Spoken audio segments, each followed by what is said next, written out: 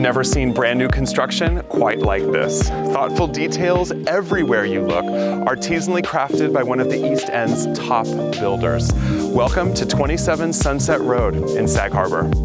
I can't wait to show you some of the stunning details inside. Let's go take a look. This is the heart of 27 Sunset trifecta living. You've got your dining space, your cooking space, and your entertaining, all within reach and within view. And don't forget about that pool bath, mudroom entrance with its own washer dryer. You can literally run the whole house from here. Jack, I'm gonna put you in the spotlight. What is the overall defining feature here of this new construction home? Well, Kyle, I think that's very simple, subtle luxury.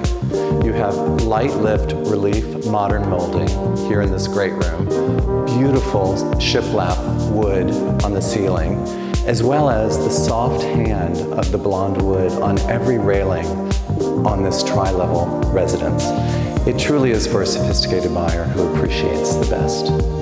This builder has thought of everything. There is such a nice flow here for indoor-outdoor living. You've got an al-fresco kitchen right on your spacious patio, perfect for outdoor entertaining. We have 6 ensuite bedrooms here, and 4 of them are upstairs on the 2nd level.